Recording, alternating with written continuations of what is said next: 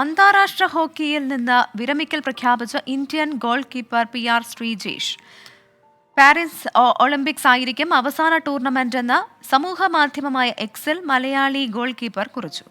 വിരമിച്ച ശേഷം ശ്രീജേഷ് ഇന്ത്യൻ ടീമിന്റെ ഗോൾ കീപ്പിംഗ് പരിശീലകനാകും എന്നാണ് റിപ്പോർട്ടുകൾ. എന്തായാലും നമ്മളെ സംബന്ധിച്ചിടത്തോളം നമ്മുടെ നാട്ടുകാരനാണ്. അപ്പോൾ ഇത്രയും വലിയ ഒരു പക്ഷേ ഒരു കായിക താരത്തിന് നേടാൻ കഴിയുന്നതിന്റെ ഏറ്റവും മാക്സിമം വരെ പോയ ആളാണ് ശ്രീജേഷ്. ഒരു ഒളിമ്പിക്സ് സ്വർണം നേടി ഒരു വിരമിക്കലാവട്ടെ, ഉണ്ടാവട്ടെ എന്ന മാത്രമാണ് നമ്മൾ ആശംസിക്കുന്നത്. നമ്മുടെ പ്രതീക്ഷയും അതാണ്. പാരീസിൽ അവസാന പോരിന് തയ്യാറെടുക്കുകയാണ്.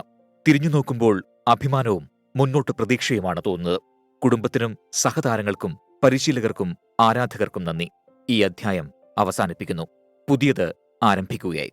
18 വർഷം നീണ്ട ഐതിഹാസിക കരിയറിനൊടുവിൽ വിരമിക്കൽ പ്രഖ്യാപിച്ചുള്ള PR ശ്രീജേഷിന്റെ വൈകാരിക കുറിപ്പ്. ഒളിമ്പിക് ഹോക്കിയിൽ ഒരു മെഡലിനായുള്ള ഇന്ത്യയുടെ 4 പതിറ്റാണ്ട് കാത്തിരിപ്പ് അവസാനിപ്പിച്ച് ടോക്കിയോയിൽ വെങ്കലം നേടുന്ന ശ്രീജേഷ് പാരീസ് ഒളിമ്പിക്സോടെ ഗ്ലൗസ് അഴിച്ചുവെക്കും. എറണാകുളം കുന്നത്തുനാട് സ്വദേശിയായ ശ്രീജേഷ് 2006 സൗത്ത് ഏഷ്യൻ ചാമ്പ്യൻഷിപ്പിലാണ് ആദ്യമായി ഇന്ത്യൻ ഗോൾ വല കാത്തത്. പിന്നീട് ഇങ്ങോട്ട് 18 വർഷത്തിനിടെ 328 മത്സരങ്ങൾ, ഒളിമ്പിക് വെങ്കലവും 2 ഏഷ്യൻ ഗെയിംസ് സ്വർണവും ഉൾപ്പെടെ രാജ്യത്തിന്റെ 16 മെഡൽ നേട്ടങ്ങളിൽ ശ്രീജേഷും ഉണ്ടായിരുന്നു. റിയോ ഒളിമ്പിക്സിൽ ഇന്ത്യയെ നയിച്ചതും ഈ മലയാളി ഗോൾ കീപ്പർ.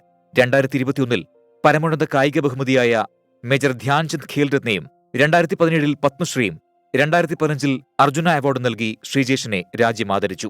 അടുത്തിടെ 24 തന്റെ ഏറ്റവും വലിയ സ്വപ്നം ശ്രീജേഷ് പങ്കുവച്ചിരുന്നു. കഴിഞ്ഞ പ്രാവശ്യത്തെ പെർഫോമൻസ് വെച്ചിട്ടും അതിനേക്കാളും ആ ഒരു എക്സ്പീരിയൻസ് നമുക്ക് ഈ ഒരു വർഷത്തിന്റെ ടീമിനൊരു മുതൽക്കൂട്ടാണ്, ഒരു അഡ്വാൻറ്റേജ് ആണത്. അപ്പം ആ ഒരു എക്സ്പീരിയൻസ് ആണ് എന്നെ സംബന്ധിച്ചിടത്തോളം നമുക്ക് ഇത്തവണ ഏറ്റവും കൂടുതൽ കോൺഫിഡൻസ് തന്നൊരു കാര്യം.